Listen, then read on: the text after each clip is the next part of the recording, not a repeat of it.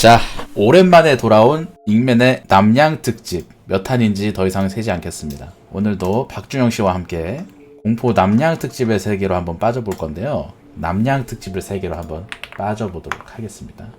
당신은 죽어가며 무엇을 보게 될까? 죽다 살아난 사람들이 주마등을 봤네, 사후세계를 보고 왔네 하는 경우들 있잖아. 그게 이유 없는 게 아니라 죽음에 임박하게 되는 극도의 스트레스 상황에서는 DMT를 비롯한 아드레날린, 엔도르핀 같은 각종 신경 전달 물질들이 분비하게 되는데 이게 신체에 아주 강력한 환각 효과를 불러온다고 해. DMT라고 하는 건 마약이고 환각제 계열의 마약이다. 인간이 죽는 순간에 그게 나온다는 건가? 인간을 포함한 일부 동물의 뇌 내에도 소량 존재한다. 일주일에서 한 달의 시간을 중환자실에 누워있다가 눈 뜬 환자가 자기는 사후세계를 10년 살다 왔네, 20년 살다 왔네 하는 게 이 경험 때문이야. 외부 현실의 시간과 내면의 시간이 흘러가는 속도는 크게 다르다는 것인데 누군가 바라보기에 그 죽음은 고작 1분 남짓의 시간이 걸린다 하여도 막상 내가 느끼는 죽음의 시간은 1억 년 버튼을 누른 것과 같을 수 있다는 거지. 여기서 중요한 건 DMT를 비롯한 환각물질들은 심리 상태와 생각의 흐름에 따라 보여주는 결과값이 크게 다르다고 한다. 누군가 편안한 마음으로 행복한 생각만 하며 죽음을 맞이한다면 아주 행복하고 달콤한 꿈이 될 수도 있고, 누군가 불안한 마음으로 두렵고 끔찍한 생각을 하며 죽음을 맞이한다면 끝도 없이 무시무시한 악몽이 될 수도 있다는 거야. 그것도 그 사람 내면 깊은 곳에서 가장 바라는 형태로 또는 두려워하는 형태로 마주하게 되는 거지. 현실과 구분할 수 없는 꿈처럼 말이야. 내면 속의 마음가짐이 죽음 이후에 천국에 갈지 지옥에 갈지 결정한다는 말이 있는데 어쩌면 그 말이 이걸 의미하는 게 아닐까 싶기도 해. 당신은 죽어가면서 무엇을 보게 될까? 저는 좀 궁금한데? 생물한테 저런 시스템이 있다는 것 자체가 좀 신기한데? 죽음의 순간에 저런 마약성 진통제 같은 게 몸에서 자동으로 나온다는 게? 왜 저렇게 돼 있을까? 아내의 머리를 들고 거리에 나타난 남편.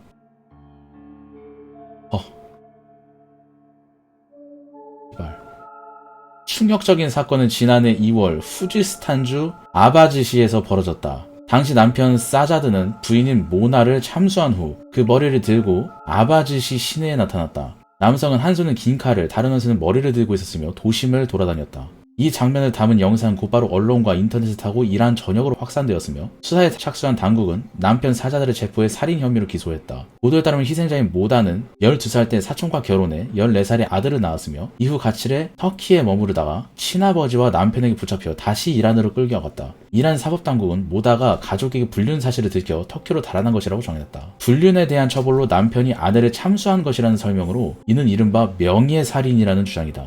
한편 이란을 포함한 이슬람권 일부 국가에서는 이슬람 율법 샤리아에 따라 아버지나 남자 형제가 보호자로서 아내와 미성년 자녀, 여자 형제에 대한 훈육 권리를 가진다. 일정 정도의 가정폭력은 물론 명예살인까지 종교적 관습에 따라 허용된다. 특히 성문제는 불명예로 간주되어 명예살인이 벌어져도 처벌하지 않는다. 성범죄 피해자에게 도덕적 책임으로 살해하는 것도 용인된다. 정확한 명예살인 규모는 공식적으로 파악된 바가 없다. 테헤란 경찰 당국은 이란 전체 살인 사건의 명예살인 20%를 차지하는 것으로 추정하고 있다. 살인의 20%가 명예살인인 것으로 추정하고 있대. 뭐 어떻게 된 나라야 저거는. 해외 무서운 표지판들 새로운 버전. 이 구역의 수온이 24도일 때 아메바성 뇌수막염을 일으키는 아메바가 발생할 수 있으며 수영시 주의하세요. 코에 물 안 들어가게 조심할 것. 뇌를 먹는 아메바로 알려진 생물이 서식 중임. 고위험 대기, 진입 금지. 학교 화장실에 총기 난사 발생 시 행동 수칙 안내문. 칸에 들어가서 문을 잠그고 바닥에서 발을 띄우고 조용히 앉아있을 것. 화재 경보가 들려고 무시할 것. 아니 이건 근데 진짜 총을 좀 어떻게 해야지 저거를. 아니 진짜 이상한 나라야. 절벽 다이빙 금지. 빨간색 사망자수, 주황색 부상자수. 오늘의 산불 위험지수. 이 앞으로 사냥 가능한 사유지, 등산로를 벗어나지 말 것. 이 안으로 들어가면은 사유지여서 죽여도 된다는 건가? 진짜 쉽게 말하면? 그러니까 죽어도 주인 탓이 아니다 이거잖아. 아니 개무섭네? 병원 환풍구에 있는 표지판. 전염성 공기가 배출될 수 있음. 와, 바이오 하자드. 이 펜스 너머로 45m 높이의 절벽입니다. 벽 너머 추락주의. 야밤 산행주의. 로프에 몸이 잘릴 수도 있다 스키 타다가. 이게 제일 무서운데요? 라스트 토일렛. 영화 제목 같아. 공격해오는 새 주의. 머리와 얼굴, 눈을 방어하고 웬만하면 이 구역을 떠나시오. GPS의 안내를 믿지 마시오. 진입 금지. 당장 돌아가라. 짧은 경적이 8번 들리면 이 섬을 떠나시오. 댐 하류에 있는 섬. 아, 댐 방출해가지고 죽을 수도 있어서? 버려진 터널 안에 있던 경고문, 독가스주의. 이 근방에서 알 광대 버섯이 있을 수도 있음. 먹지 마시오. 트럭 밑에 들어가지 말 것. 끓는 쇳물이 위에서 떨어질 수도 있음. 27톤 분량. 이게 다 피로 쓴 안전수칙 아니야? 그럼 마지막 화장실은 대체 무슨 일이 있었길래 쓴 거야? 닌텐도 eShop에 단 몇 개월만 존재했던 기묘한 게임. 이거는 내가 작년에 로스트 미디어 탭에서 따로 언급한 적이 있었던 게임인데 그걸 빼더라도 게임 자체가 미스터리라서 한번 올려봅니다. 닌텐도 eShop 유럽 서버에 A라는 게임이 등록되는데요. 하나로는 1,300원 정도의 저렴한 게임. 무언가 숨겨진 것 같은 이 게임에 흥미를 느낀 사람들은 커뮤니티를 통해 플레이 경험을 공유하며 단서를 찾기 시작한다. 오싹한 느낌의 타이틀과 달리 표면적인 게임 플레이는 아기자기하고 귀여운 편이었다. 다만 게임의 트레일러만 봐도 알 수 있듯이 BGM, 등장하는 NPC와 배경 등이 그래픽에 비해서 다소 괴기스러웠다. BGM 한번 들어볼까?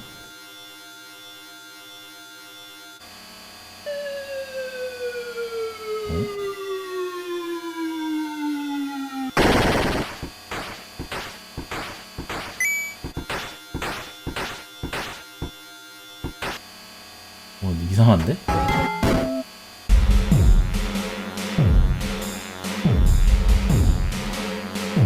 누가 봐도 이상한데? 보너스 메뉴에 정체를 알 수 없는 이미지들이 가득 차 있었다. 몇몇 이미지들은 칸예 웨스트 앨범 커버의 패러디였다. 그리고 게임을 끝까지 플레이한 게이머들이 또 한 가지 이상한 점을 찾아내는데 0101010101010101 게임의 마지막에 등장하는 드라큘라가 대화 박스를 뚫고 나갈 정도의 매우 긴 바이너리 코드를 준다는 점이었다. 유저들은 즉시 이 코드를 아스키 코드로 변환했다. 그 결과는 up, up, down, down, left, right. 아, 그 커맨드구나. 닌텐도 기기에서 활용할 수 있는 코나미 커맨드였다. 이 코드를 타이틀 화면에 입력했고 결과는 충격적이었다. 소름 끼치는 BGM과 함께 마치 소닉의 비밀 코드를 오마주한 듯한 기괴한 화면이 나오는 것이었다. 최초로 이를 발견한 유저는 이 사실을 공유하기 위해 띄워놓고 레딧에 글을 작성했는데 작성을 마친 그는 우연히 또 한 가지 사실을 얻게 된다. 화면을 띄운 채로 몇 분 대기하면 더 해괴한 이미지가 나온다는 것이었다.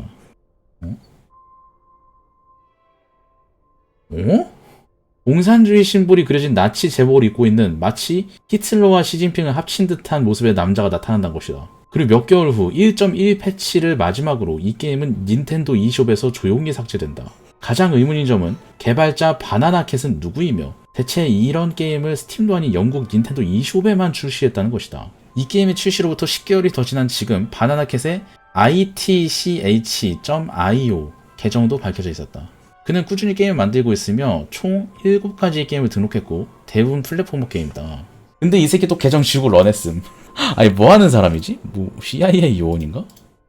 인터넷을 유령처럼 떠돌던 게임의 정체. 본인은 꽤나 사이버 망령이다 싶은 사람이라면 분명 4chan이라는 커뮤니티 사이트에 대해서 들어봤을 것이다. DC 인사이드와 비슷한 느낌의 커뮤니티로 규모가 큰데다가 검열이 심하지 않아서 과격한 성향의 유저들도 심심치 않게 찾아볼 수 있는 곳이다. 이 사이트에 /v/라는 비디오 게임에 관한 이야기를 나눈 보드가 있다. 여타 게임 커뮤니티와 같이 싫어하는 게임 욕하고 좋아하는 게임 칭찬하고 그러다 팬끼리 싸우기도 하는 등 비디오 게임에 대해 수백 수천 가지 이야기가 자유롭게 오가는 곳이다. 그러던 어느 날 이 보드에 한 가지 이상한 게임의 스크린샷이 업로드되었다. 때는 2012년 슬렌더맨 같은 캐주얼한 인디 호러 게임이 유행하던 시기지만 스크린샷의 게임은 완전히 다른 분위기의 미스터리한 게임이었다. 게임에 대해 해박한 지식을 가진 보드 유저들도 누구 하나 이 게임에 대해서는 아는 이가 전무했다. 많은 유저들이 이 게임에 대해 궁금해하던 중 누군가 보드에 게임 다운로드 링크를 남겼고 수많은 유저들이 그 링크를 통해 게임을 다운로드하여 플레이하게 되었다. 그죠? 게임은 그들의 생각보다 더 난해했다. 맵의 구조는 미로처럼 돼 있었는데 맵을 헤매다 보면 때때로 여러 종류의 사진들을 발견할 수 있다. 그러나 그 사진들은 하나같이 매우 기괴한 모습이었다. 루시퍼? 사탄?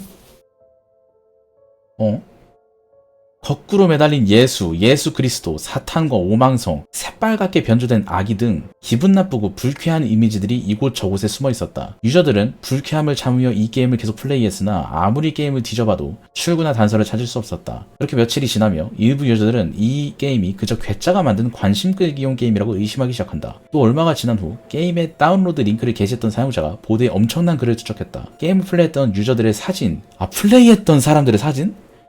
이베이 등 온라인 계정의 아이디와 패스워드, 은행 계좌 등 개인정보를 보드에 게시한 것이다. 심지어 이 웹캠을 해킹해서 피해자를 농락하는 스크린샷을 찍어 올리기도 했다. 게임 파일에 강력한 트로이목마 바이러스를 심어놨던 것이다. 이로 인해 게시판은 완전히 난리가 났고 이 사건은 다른 커뮤니티까지 퍼졌고 사건의 전말을 지켜본 4chan 유저들이 절대로 게임을 다운로드하지 말라는 경고를 퍼뜨리면서 사건은 일단락되었다. 이 게임은 바이러스가 심어진 게임이라는 명칭하에 빠르게 잊혀졌고 비슷한 양상의 게임을 띈 새드 사탄이 유명해지면서 간간히 사람들의 입에 괴담처럼 오르내리기만 했다. 이후 몇몇 용감한 사람들이 이 게임을 직접 다운로드하여 플레이하는 영상을 찍어 올리기도 했고 바이러스가 없는 클린한 파일을 배포하면서 직접 플레이해보는 사람도 있었다. 그러나 그들 역시 이 게임의 기괴한 상징들을 해석할 수 없었고 게임의 배포자는 왜 대체 그런 짓을 한 건지 애초에 바이러스를 심은 사람이 게임의 제작자와 동일 인물인지도 알 수 없었다.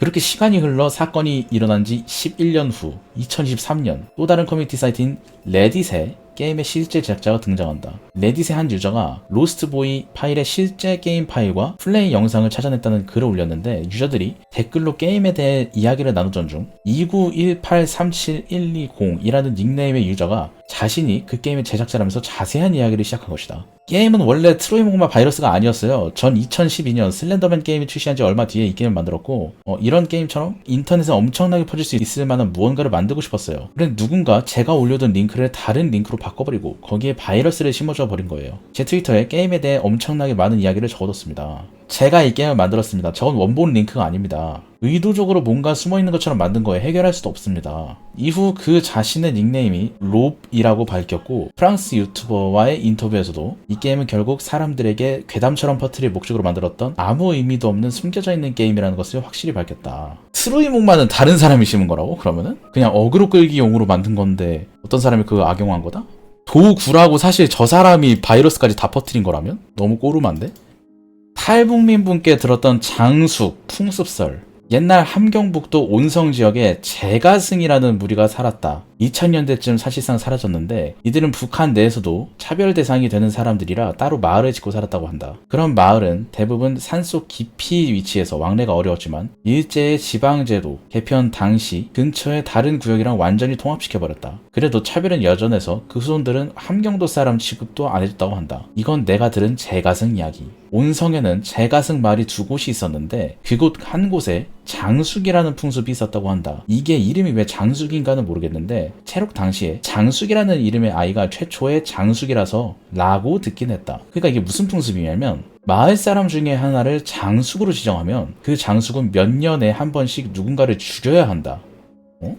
선택이 아니고 필수다. 이게 무슨 얘기냐면 우리가 죽일 만큼 장숙이 미리 죽여놓으면 벌을 안 받겠지? 이런 개념에서 나온 거라고 하는데 문제는 장숙이 죽여도 되는 사람이 제한이 없다는 것이다. 그래서 밤중에 나와 있는 사람을 찔러 죽이던 대낮에 사람을 때려 죽이던 어떤 제한도 받지 않고 심지어 제가승 마을에서조차 장숙을 무서워했다. 그래서 장숙이 주기적으로 사람을 죽여야 하는 날에는 하루 종일 집에만 숨어 있었다고 한다. 그러면 장숙은 모종의 이유로 사람을 죽이긴 해야 되니까 다른 마을로 내려와서 사람만 죽이고 튄다는 거지. 그래서 공포의 대상인 거고 제가승 마을 사람들도 이런 행위를 용납하고 감춰준다고 한다. 왜 굳이 사람을 죽여야 될까? 안 죽이면 장숙이 벌이라도 받나? 이런 게 궁금했는데 자세히 엿듣지 않아서 나도 잘 모르겠다. 그리고 애초에 말했듯이 북한에서 제가승 무리를 보는 시선이 곱진 않았다. 아랫마을까지 이런 얘기가 퍼질 정도면 어느 정도 수준의 과장은 없을 수가 없다고 생각함.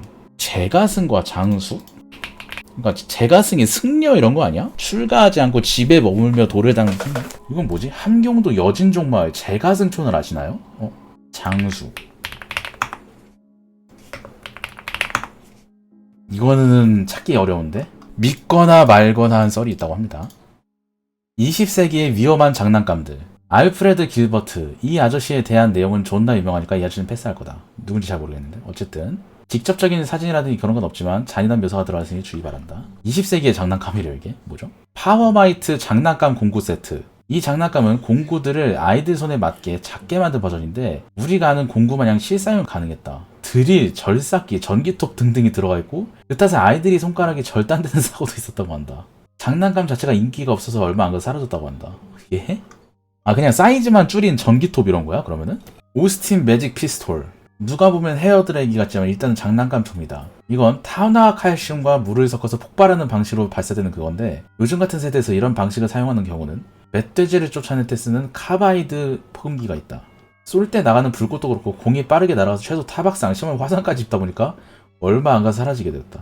이거는 거의 심한 공기총이잖아. 크리피 크롤러. 지금 곤충 모양 젤리 장난감을 만드는 키트지만 이 장난감의 구식 버전은 금속 틀에다가 특수한 액체를 붓고 오븐에 199도의 온도로 구워내면 끝이라고 했는데 액체에 독한 화학물질이다 보니 애들이 병원에 여러 실려가게 됐고 몇 년 뒤에 리메이크를 했다.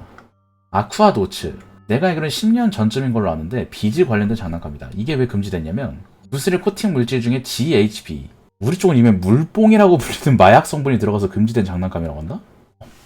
예? 아니 뭐 어떻게 뭐야? 아니 뭐 씨발 장난감을 어떻게 만드는 거야?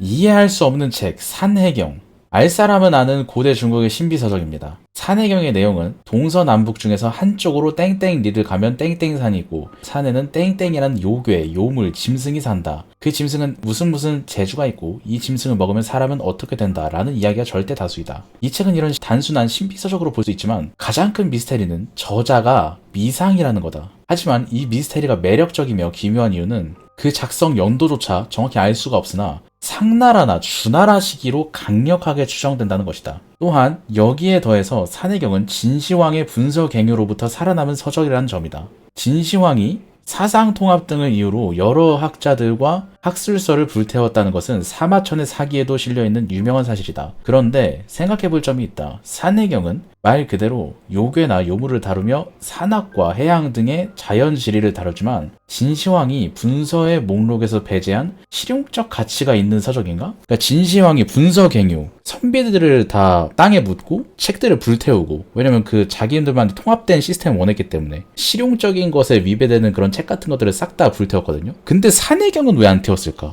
말이 안 되잖아. 요괴에 대한 책인데. 오히려 괴력 난신에 가까운 괴서인데 이 책을 기반으로 한 지식인이나 요괴나 귀신을 혹세 무민한다면 정치가들에게 골칫거리일 텐데 산해경을 분서 목록에서 배제하고 남긴다는 것은 의문이 생길 수밖에 없는 상황이다. 정확하게 따져본다면 산해경이 소실된 책이지만 복원된 책이기도 하다. 흔히들 아는 논어나 맹자 같은 경우 케이스와 마찬가지로 분서갱유나 또는 이민족의 침입 등의 여러 다양한 외적 요인으로 원본이 되는 모형은 소실되었으나 위진 남북조 시기에 역술가인 곽박이 교본을 모으고 정리해서 개정한 책이다. 그래서 원형에 대한 것은 정확하게 현대로서는 알기가 힘들다. 그렇지만 이전에도 산해경에 대한 내용을 다루면서 산해경의 이름을 달고 책으로 만들어져 여러 사람들에게 익혔던 것은 사실이다. 전한시대 한무제의 신하였던 사관인 사마천은 사기에서 산해경에 대해 이렇게 평가한다. 우본기에 의하면 하수는 곤륜산에서 흘러나온다고 했다. 그 산은 높이가 2500리이며 해와 달이 서로 피해 숨으며 빛을 발한다. 산의 정상에는 단물이 솟아나는 예천과 신선이 사는 요지가 있다고 한다.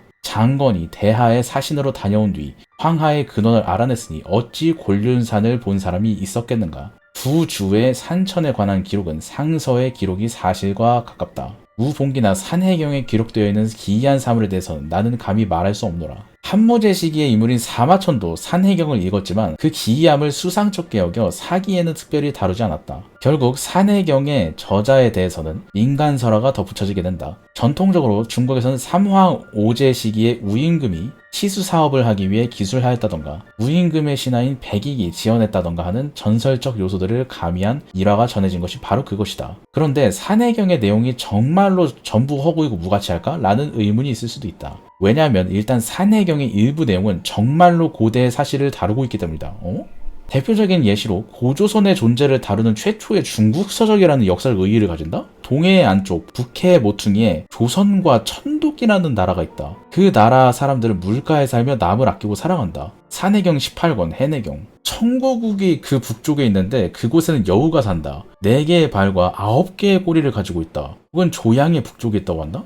구미호? 대황의 한가운데 불함이라는 산이 있고 숙신시국이 있다. 비질이라는 짐승이 있는데 날개가 4개이다. 또 어떤 짐승은 머리는 산짐승이나 뱀의 몸을 한 기이한 모습인데 이는 금충이라고 한다. 짧은 기록이지만 중화 문명에서 고조선의 존재를 분명히 인지하였다는 중요한 역사적 증거이다. 한편 산해경은 은나라 시기에서부터 내려온 고대의 지식과 정보를 문자로 기록해온 것으로 추정된다. 그러니까 갑골문에서 등장하는 인명과 산해경의 기록이 일치하다는 내용이 있다는 것이다. 산해경에는 왕해라는 인물이 등장하는데 상나라 시대의 군주인 전설적인 인물이다. 이 인물은 갑골문에도 등장하는데 산해경에서의 기록 내용을 보면 동일 인물임을 알 수 있다. 왕해는 상업을 발전시킨 인물로 은나라라고 불리는 상나라가 상업의 기반을 마련했다는 인식을 만들어 먼 훗날 상나라를 의미하는 글자인 상인가요? 상이 상업도 의미하게 만들었다는 전설적인 인물이다. 상업의 상자가 상나라의 상자야?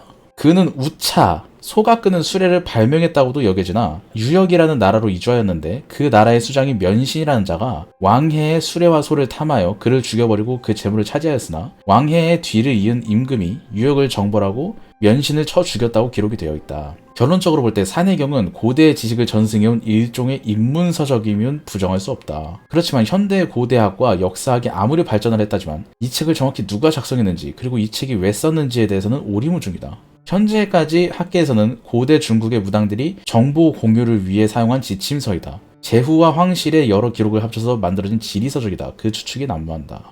신기하네.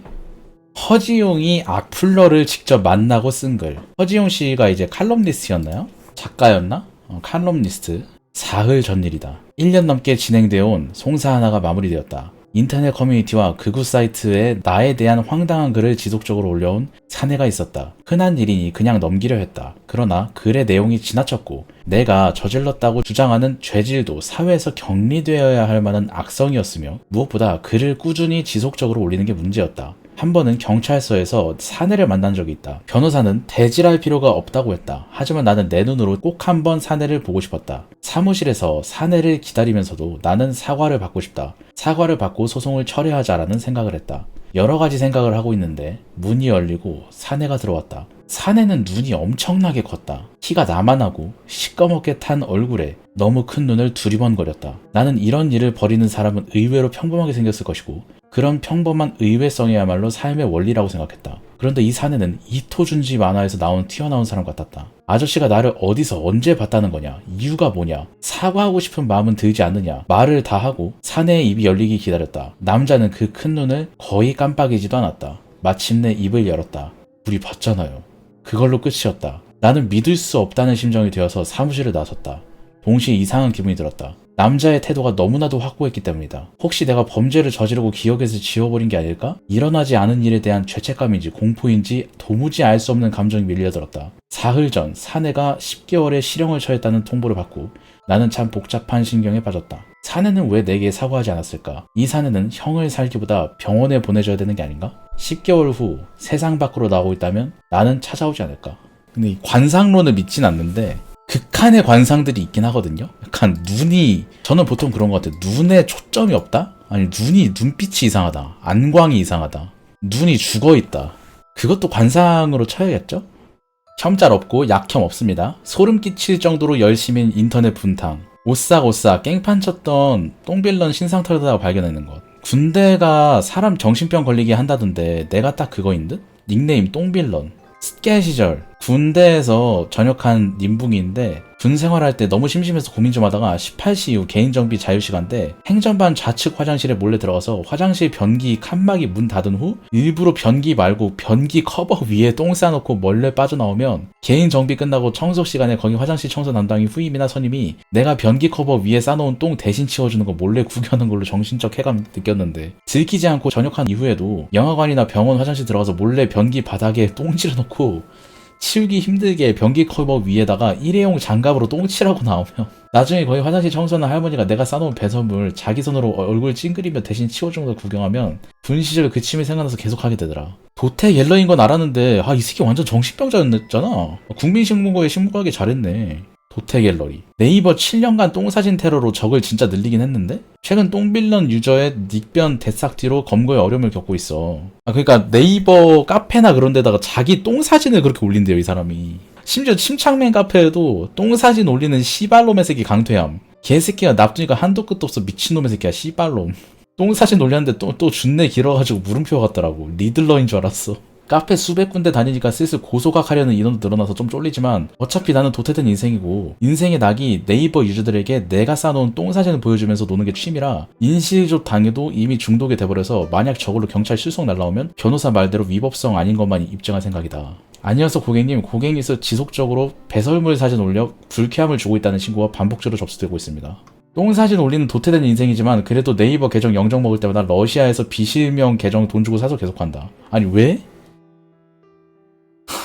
왜?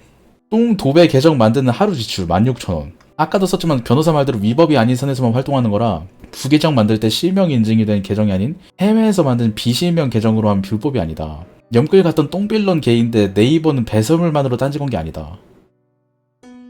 내 똥 사진으로 인해 회원들에게 불쾌감을 느끼는 중에 자제해달라는 이메일. 착해지기로 결심한 내 면상 사진만 올리기로 결심함.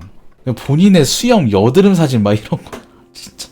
내 얼굴 수염 여드름 사진도 올리지 말고 해당 회의를 중지할 것을 요구했다. 나도 선 넘었다 생각하고 인권 침해로 네이버 본사에 연락 시함.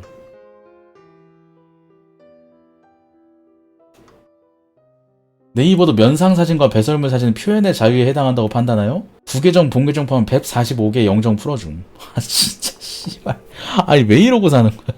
아니 왜 그러노? 씨발 진짜 왜 그러고 사는 건데 왜? 오빠의 여친은 25살 아기입니다. 안녕하세요. 세상에 이런 일이 어린 내용이에요. 저희의 인생이 달려있습니다. 오빠의 여자친구는 저와 아주 친한 친구입니다. 학창시절에 친구가 저희 오빠한테 관심을 보였는데요. 제가 두 사람 소개시켜주고 연인을 발전시켰습니다. 저희 남매는 본가가 부산이고 친구의 본가는 진주입니다. 지금 세 사람이 자취방에서 함께 살고 있어요. 자취방. 여러분이 생각하는 그런 불온한 관계가 아닙니다. 오빠는 근처 헤어샵에서 일하는 헤어 디자이너입니다. 전 네일아트를 공부했고 자격증도 있습니다. 저희 남매는 샵에서 근무하며 차차 경력을 모아 나중에 같이 샵을 런칭할 계획이었어요. 하지만 물거품이 됐습니다. 오빠의 여친이 25살 먹은 아기이기 때문입니다. 저희 남매와 아기 친구의 하루를 말씀드릴게요. 아침에 일어나면 제가 아침 식사를 준비하는 사이 오빠는 아기 여친을 깨워요. 안아주고 뽀뽀해주고 같이 뒹굴뒹굴 해야만 아기 친구는 잠에서 깨요. 울고 징징대고 투정이 얼마나 심한지 잠투정하는 아기 같아요. 짜증내게 소리 지르다가 일어난 지 1시간이 되어서 기분이 좋아지거든요. 밥을 먹을 때도 아기 친구 혼자서 절대 밥을 먹지 않아요. 밥도 우리 오빠가 먹여줘요. 오빠한테 화낸 적이 한두 번이 아닙니다. 화나는 게 당연하죠. 25살이나 됐으면 혼자 먹었는지 왜 오빠가 먹여주는 거야? 네 친구인데 뭐 그런 거 가지고 그래. 친구면 감싸줘야 되는 거 아니야? 오히려 화를 내는 거예요. 밥을 다 먹으면 오빠는 씻고 옷도 갈아입고 메이크업도 열심히 하고 출근 준비를 해요. 아기 친구는 일어나서 오빠가 사라질까봐 걱정이 되는 거예요. 오빠가 가는 곳마다 졸졸 쫓아다녀요. 오빠가 출근 준비를 시작하면 그때부터 칭얼대기 시작해요. 출근 준비 못하게 방해하려는 거죠. 헤어 드라이기 숨기기, 옷장 앞에서 비켜서지 않기, 화장품 다 꺼내서 옷장 안에 숨기기. 아기 같은 여친 때문에 시간이 배로 걸려요. 오빠가 나갈 시간이 된 것 같으면 현관 앞에 서서 울먹여요. 오빠가 이제 가야 된다고 인사를 하면 그때 완전 폭발을 합니다. 오빠가 나가면 아기 친구는 1시간이 넘도록 현관에 앉아서 엉엉 울어요. 눈물이 그치면 설거지하는 제 뒤에 착 달라붙어서 우유를 달라고 합니다. 흰 우유는 절대 안 먹습니다. 온리 분유. 요플레나 요구르트는 떨어져도 분유는 떨어지면 안 됩니다. 이상한데요? 저는 오빠가 달라서 울고 떼쓴다고 무조건 받아두지 않아요. TV도 보는데 여자들이 좋아하는 드라마 별그대 같은 거 절대 안 보고 음악 프로나 무한도전도 안 봐요. EBS에서 유아 프로만 봐요. 딩동댕 유치원 같은 거. 친구가 뽀로로나 뽕뽕이, 코코몽, 후토스를 굉장히 좋아합니다. 5초마다 한 번씩 눈물 가득한 눈으로 울먹이며 제게 물어요. 오빠 어디 갔어? 샵에 출근했어. 왜? 돈 벌어야지. 오빠 언제 와? 8시 넘으면 올 거야. 오빠 어디 갔어? 왜? 이런 대화를 반복하면서 딱 달라붙어서 절대로 안 떨어집니다. 아주 껌딱지같이 붙이고 살아요. 오빠가 오기 전까지 제가 어떻게 할 수가 없어요. 비밀번호 누르는 소리가 들리고 오빠가 현관문을 열고 들어오는 순간 하루 종일 울고 짜증내고 칭얼대고 웃지 않던 아기 친구가 웃음꽃이 펴요. 해맑은 얼굴로 방실방실 웃으면서 오빠에게 애교를 부려요. 저는 투명인간이에요. 뭔가 이상한데요? 오빠 가슴팍에 얼굴 묻고 오빠 냄새를 맡고 오빠 체온을 느끼며 오빠 가슴을 만지면서 자요. 아기가 엄마 주무르면서 자는 것처럼요. 정말 충격이었습니다. 제 친구가 왜 이럴까요? 어떻게 해야 될까요? 제가 사랑하는 오빠의 소중한 여친인데 어떻게 병원 같은 데 보낼까요? 전 차마 그런지 못할 것 같아요. 저기요, 본인 딸인데 자기 딸인 거 인지 못하고 계신 거 아니에요? 극심한 산후 우울증으로 인해서 딸을 거부하시는 것 같은데 지금 상황이 어떤지 모르겠지만 병원에 가서 치료하세요. 남편분도 아내가 어떤 상황인지 모르시는 것 같은데. 이거 지식인 글이 원본인데 그거 답변도 소름 돋은. 심리상담가가 답변했는데 내용이 인터넷상으로 진단 내리기 어려우니 심리검사를 통해 전문가의 소견에 따라 진단을 받아야 될 것 같다. 처음부터 정신과에 방문하지 말고 세 분이 가까운 상담심리센터나 기관에 가보시는 게 좋을 것 같다고 하던데. 레전드 토막 살인 사건. 2013년 4월 30일 전라남도 화순군 동면이라는 조용한 시골 마을. 농사일을 하던 정씨 할머니는 70세 조씨 할머니의 집을 찾아감. 하지만 할머니는 없고 남편 공씨 75세 지적장애 3급 남편이 나왔다. 조씨를 찾지만 남편은 모른다. 어디 갔나 본데 하며 돌려보냈다. 그 이후 몇 번이고 방문하지만 계속 부재 중. 당시에는 뭐 별일 없거나 부부의 자식들에게 잠시 간 거인 건가? 생각하고 남편의 장애로 인해 뭔가 의사소통이 안 되는 거다라고 생각하고 넘어갔다. 언니 조할머니의 집. 주민같이 이야기하다가 조씨가 매우 장기간 보이지 않았다고 이야기가 나오고 조씨 남편을 찾아가 어디 있냐고 물었다. 남편의 증언은 일관적. 몰라 농사 간 거겠지 라며 진술함. 슬슬 분위기가 이상해진 걸 인지하고 조씨의 아들에게 정씨가 전화를 해서 어머니 너희 집에 계시니? 왜 안 보이시냐? 아니요 안 계신데요. 조만간 어버이날에 내려갈 거예요. 하고 통화를 종료하고 무슨 일이 있나 싶어 아들은 아버지와 통화를 하다가 아들이 어머니 혹시 어디 계세요? 바꿔주세요 하니까 아버지가 싸웠다고 말함. 아 그러세요? 그럼 혹시 어머니 어디 계세요? 네 엄마? 네 엄마 냉장고에 있어. 아들은 당황하며 전화를 끊고 아버지가 혹시 장애로 인해 잘못 말한 걸까 싶기도 하지만 너무 불안해서 경찰에게 전화를 걸고 아버지가 이상하시다. 어머니를 냉장고에 넣었다고 한다. 라고 신고함. 경찰이 찾아가서 집안을 수색했는데 사진에 파란 선으로 그려진 문을 나가면 냉장고가 보인다. 경찰은 냉장고를 열고 마대자루를 한 개 발견. 내부를 확인하고 시체를 확인 후 살인, 시체 유기 혐의로 남편을 체포. 당시 시신을 보고 돼지, 소가 아닌가 착각할 정도 신체가 토막나 있었고 장기, 손, 발, 척추, 얼굴, 기타 등등 부분이 없어서 인간의 형태로 재현이 불가능함. 다만 피해자의 골반뼈로 사람인 게 확인됐다. 그 후 범인에게 사건 동기, 개요를 진술받았다. 이에 대한 내용은 이와 같음. 6일 전 평소 지적장애를 가진 남편이 자신이 시킨 일들을 귀찮다는 이유로 모두 하지 않고 밖으로 나가 술을 마시고 놀려고 함. 이에 할머니는 왜 시킨 일을 안 해 하며 화를 냄. 이에 공씨는 갑자기 분개, 창고로 가서 곡괭이를 가져와 할머니의 다리를 공격. 피해자는 왜 이러느냐 정신 차려라 하지만 속수무책으로 공격을 받으며 고통에 절규하며 애원하며 사과했지만 공격을 하며 쾌락을 느꼈다고 함. 다만 불쌍해 보이고 가여워 보이기도 했다고 진술함. 그 후에도 계속 분노 상태였던 공씨는 주방칼을 가져와 시신을 부위별로 절단함. 잘 잘리지 않아서 가위, 도끼를 더 가져와 머리, 손, 발, 척추, 늑골, 피부, 뼈를 모두 해체후 정화조 속으로 유기. 남은 피부, 근육, 장기, 뼈는 비료포대에 담합관. 그 후 남편은 그래도 화가 풀리지 않아서 남은 고기를 직접 씹어먹음. 통쾌하고 쾌락을 느꼈다고 한다. 먹을 수 없던 뼈는 매립함. 나머지 발견 못한 포대는 어디 간 거냐 하니까 자기가 먹고 나머지는 상할 것 같아 공씨가 키우던 개들에게 할머니의 고기를 사료로 사용함. 이후 공씨의 재판 결과는 자백 아닌 자백이지만 자백임을 감안, 보조하려고 하는 증거가 없고 증거물을 그대로 둔 걸 감안, 아내가 남편을 괴롭히지 않았다는 증거가 없고 남편의 증오가 축적되어 일어난 사건이라고 감안, 반성하고 있다는 점을 감안, 우발적 범죄이라는 점을 감안, 지적장애 3급이라는 점을 감안, 아들의 아버지의 처벌을 원하지 않는다라면 징역 25년을 선고, 범인의 나이가 75세인 걸 감안하면 100세에 나오니 종신형이긴 하지만 인육범이란 걸 감안하면 얼탱이가 없는 형벌이다. 중국 10대 금기 음식 탄카오루양. 중국은 넓은 땅덩이와 풍부한 자원 덕에 정말 많은 요리가 발달했다. 마파두부나 마라탕 같은 요즘 즐겨 먹는 요리도 많은데요. 하지만 중국인마저 혀를 내두르는 끔찍한 요리가 몇 개 있다고 합니다. 오늘은 그중 하나이자 무서운 속설을 가진 탄카오루양에 대해서 한번 알아보겠습니다. 염소인가? 숯불로 구운 젖먹이 양. 탄카오루양은 중국에서 과거에 존재한 양요리다. 이름만 보면 갓 태어난 양을 구워먹는 그런 끔찍한 요리라 생각할 수 있지만 그건 아니다. 대신 더 끔찍하다. 탄카오루 양을 만드는 방법은 아주 간단한데 임신한, 곧 출산을 앞둔 어미 양을 데려온다. 그리고 그 양을 산채로 숯불에 굽는다. 그러면 어미 양은 물론이고 뱃속의 태아도 함께 구워져 죽게 된다. 그 상태에서 고기를 갈라 속까지 완전히 익히고 거기에 다진 파와 소금 같은 양념을 얹으면 완성. 다른 금기 요리들처럼 맛은 기가 막히다고 한다. 그리고 이 음식은 어느 속설을 가지고 있는데 임산부는 먹어서는 안 된다라는 속설이다. 임산부가 이 음식을 먹게 되면 며칠 뒤 어느 꿈을 꾸게 되고 그 꿈에는 양머리를 한 의사가 나타나는데 그 의사는 어미 양이 당했던 것처럼 임산부의 배를 산채로 가르고 태아를 끄집어내어 씹어먹는다고 한다. 그 꿈을 꾸고 나면 임산부는 아이를 유산하게 된다. 이런 속설로 인해 임산부가 먹는 것은 금지되어 있다. 이게 탄카오루 양이고요. 두 번째, 허자오리, 살아 울부짖는 당나귀. 허자오리는 당나귀를 이용한 요리인데요. 중국은 예로부터 당나귀 요리를 좋아했고 요즘도 너무 즐겨서 당나귀 멸종 우려가 생길 정도다. 그리고 오래전 중국에서 당나라를 먹기 위해 잔혹한 방법을 하나 고안해냈다. 허자오리의 준비물은 단 3개. 칼과 끓는 물이 담긴 솥 그리고 살아있는 당나귀인데 손님 앞에 살아있는 당나귀를 데려가는 게 허자오리의 시작이다. 당나귀를 데려가면 손님은 먹고 싶은 부위를 말한다. 앞다리살, 뒷다리살, 등살 다양한 부위를 말한다. 주문을 받은 셰프는 주문받은 부위의 가죽을 벗긴 뒤 끓는 육수를 붓고 당나귀의 구워진 살을 산채로 도려낸다. 당나귀는 끔찍하게 울부짖고 손님은 그 소리를 들으며 방금 막 도려낸 신선한 당나귀 고기를 먹는다. 손님은 한 번의 식사로 시각, 후각, 청각, 미각, 사감을 모두 즐길 수 있다는 것. 요리법만으로 충격적이지만 인기 있었던 이유가 있었는데 단순히 신선한 고기를 원한 것이 아닌 당나귀가 울부짖는 소리를 듣고 싶어서 였다고 한다.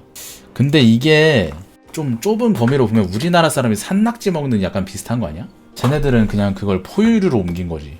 그러니까 어쨌든 둘 다 살아있는 걸 먹는 거 똑같잖아. 근데 서양 사람들이 산낙지 먹는 거 막 이해 못하는. 근데 포유류다 보니까 그게 우리가 더 잔인하게 느껴지고 약간 그런 게 아닐까? 개념 자체는 비슷한 것 같은데. 저 저런 거 못 먹을 것 같은데 저런. 동물들 저런 거 못 봐요. 저 토할 것 같은데. 홍콩 모델 에비 초이 잔혹 실화. 그녀의 이름은 에비 초이. 홍콩에서 태어난 에비 초이는 재벌집 귀한 딸이었다. 그녀의 부모는 사업에 성공해 재산이 수천억에 달했으며 초이는 홍콩에서 모델로 활동하게 된다. 그녀는 18살에 처음 결혼을 했는데 시아버지가 경찰인 평범한 중상층 남성이었다. 하지만 남편은 일을 안 하는 게으른 사람이었으며 초이의 재산을 탐내 사이가 나빠진다. 왼쪽이 전 남편, 오른쪽이 초이. 결국 결혼 3년 후 두 사람은 별거를 하게 되고 그녀는 다른 사업가와 사실혼 관계로 지낸다. 그런데 초이는 아이들 때문인지 전 남편과 이혼을 하진 않았고 그의 형을 자신의 운전기사로 고용하는 등 전 남편을 다소 신경 써주며 살기도 했다. CCTV에 찍힌 에비 초이의 마지막 모습. 그러던 2023년 2월 21일 초이는 딸을 데리러 나갔다가 실종된다. 마지막으로 그녀를 본 사람이 전 남편의 형이었기 때문에 그가 제1용의자로 조사받게 되고 결국 초이를 납치한 범인이 전 남편의 가족들이라는 게 밝혀지게 된다. 전 남편의 가족들. 전 남편의 가족들은 초이를 납치하고 3일 뒤 살해했다. 경찰이 전 남편의 집에 들이닥쳤을 때 초이의 시신 일부는 커다란 국통에 요리되고 있었으며 두 다리는 냉장고에 들어있었다. 가해자들은 초이를 둔기로 폭행한 뒤 고기 분쇄기를 이용해 시신을 처리한 것으로 밝혀졌다. 당시 국통에서는 두개골과 등뼈가 발견되었고 베란다에서는 그녀의 잘린 다리가 발견되었다. 아 씨발.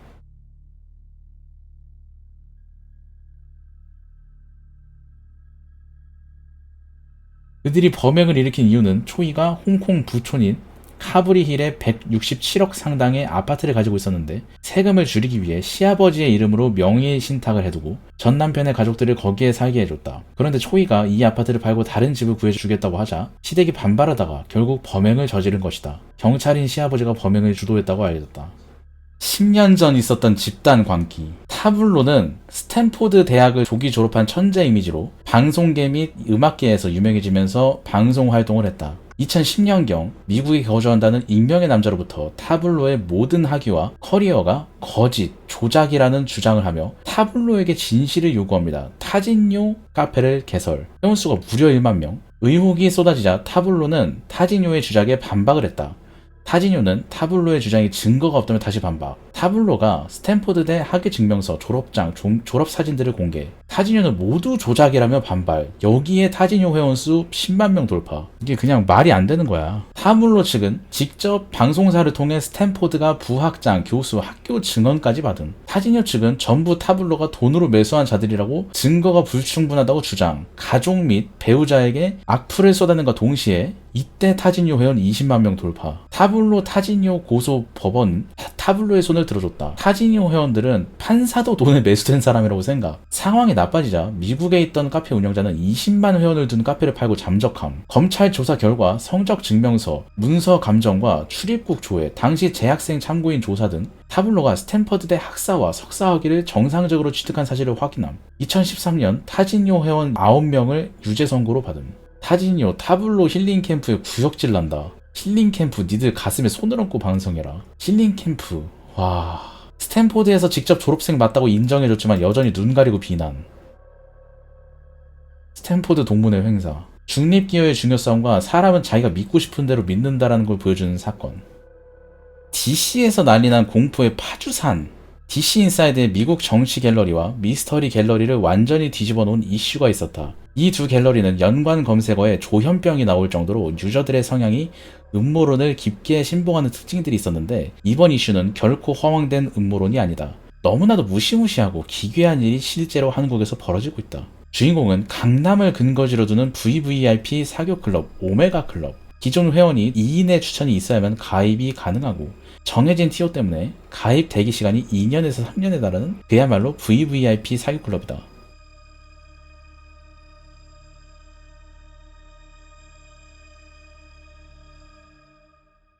이런 모임 사진이? 시간당 수천만 원의 대관료가 발생하는 강남의 5성급 호텔 그랜드 블룸을 밥 먹듯이 대여하여 자기들끼리 모임을 갖는 이들에게 문제가 생긴 것은 전 회원의 폭로가 시작되면서부터이다. 비밀 집단 오메가 클럽 폭로하겠다는 남성. 저는 앞으로 더 용기 있게 오메가 클럽 폭로를 이어가겠습니다. 조커라는 필명을 가진 폭로자는 처음에는 오메가 클럽이 철저히 계급 사회로 상위 회원이 하위 회원을 종처럼 부려먹는다는 것과 여성 회원들이 기쁨조 역할을 한다는 것을 폭로하다가, 이어서 북한과 인접한 파주에 땅을 사서 비밀 의식과 후는 파티 등 기괴한 짓을 벌인다는 것까지 폭로하게 된다? 그런데 이 땅이 평범한 땅이 아니었다는 것. 오메가 클럽은 파주의 땅을 사서 뭘 하고 있을까? 정보원들은 나에게 그곳의 위치를 알려줬다. 원래 그곳은 6.25 때 사람들이 엄청나게 죽은 곳으로 음기가 엄청나게 강한 곳이라고 했다. 15년여 전에 군부대도 있었는데 2007년 겨울에 국방개혁 2020의 여파로 해체되면서 이곳은 버려진 땅이었다고 한다. 실제로 이곳의 부지는 굉장히 넓은데 사람이 살 수 없는 느낌이다. 나는 그곳에 2번이나 다녀왔고 낮에도 머리가 쭈뼛쭈뼛 서는 등 음기가 엄청나게 강한 곳이다. 그곳에서 정말 미로 같은 곳을 지나서 산속으로 들어갈 수 있는데, 산의 중턱에 올라가면 이런 모양의 바위가 있다. 벌판에 이런 조형물들이 나온다. 나는 그것들을 보고 보헤미안 클럽의 거대 부엌인상을 떠올랐다. 두 번째 방문했을 때 블로그에 올렸을 때다. 민간인 통제선 옆에서 촬영했을 때, 그때는 사실 촬영을 하러 간 것인데 가는 길목만 촬영을 하고 관문처럼 보이는 바위까지도 가지 못했다. 그날따라 숲이 너무 무서웠다. 산은 높지 않다.